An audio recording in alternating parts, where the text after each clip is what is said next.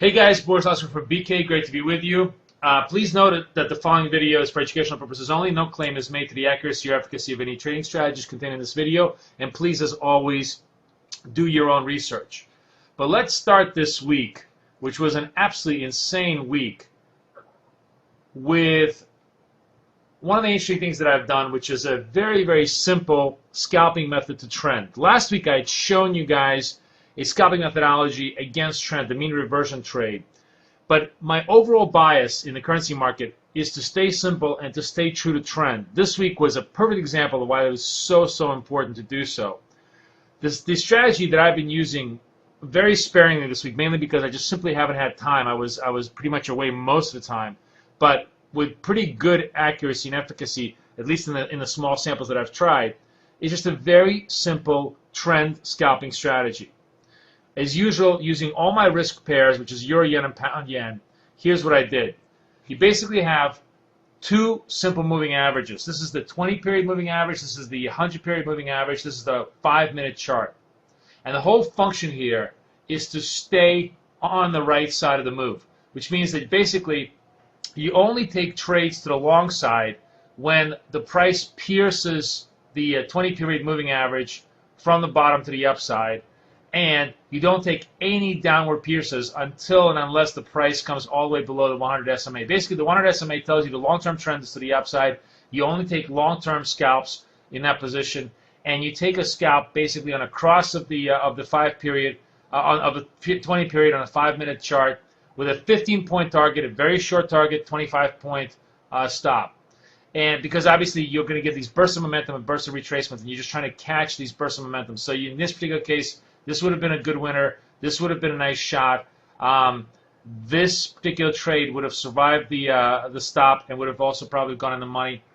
But what's important is that as the time progresses, one of the things you notice is as price loses its long-term trend here, you no longer are going to take any kind of upside trades. And this is one of the great things I like about this trade is that it keeps you on the right side of the true trend.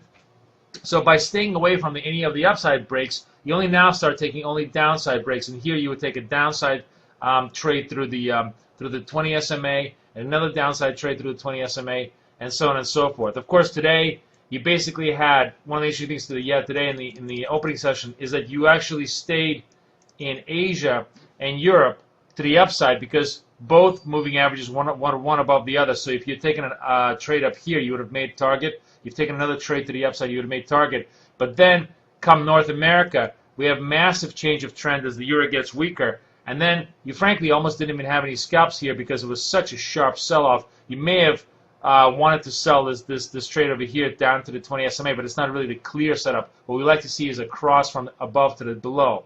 But one of the things that I did today that I only had a very small chance to do was actually use this on a fundamental basis.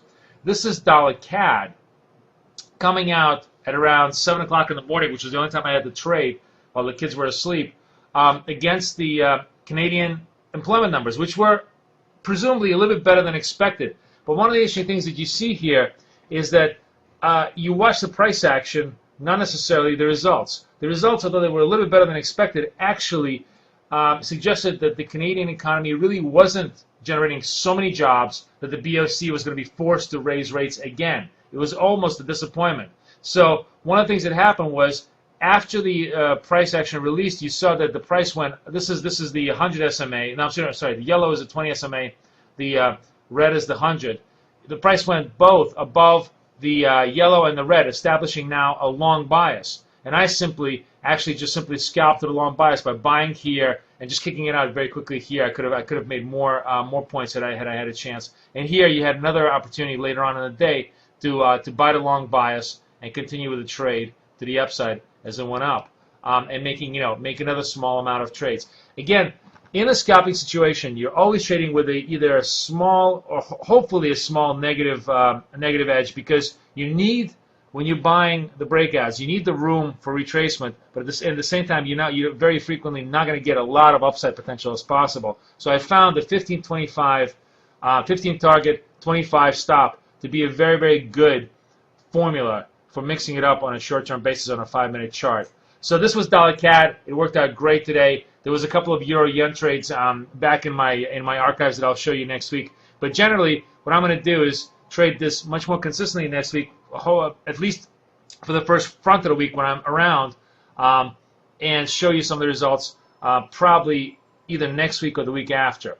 In the meantime, one last final announcement that I am going to Pasadena, and I'm going to discuss all of these things live in person, one-to-one with any of you who would like to join me at the seminar on June 11th. This Friday, I will be in Pasadena at the Traders Expo, so if you're going to get a chance to be there, please register for my seminar where I'm going to discuss all the short-term trading techniques. It's called Fast and Furious Trading. I hope to see you guys there. I'm wishing you the best of luck and the best of trading, and a great weekend. Over and out. This is Boris Schlossberg for BK.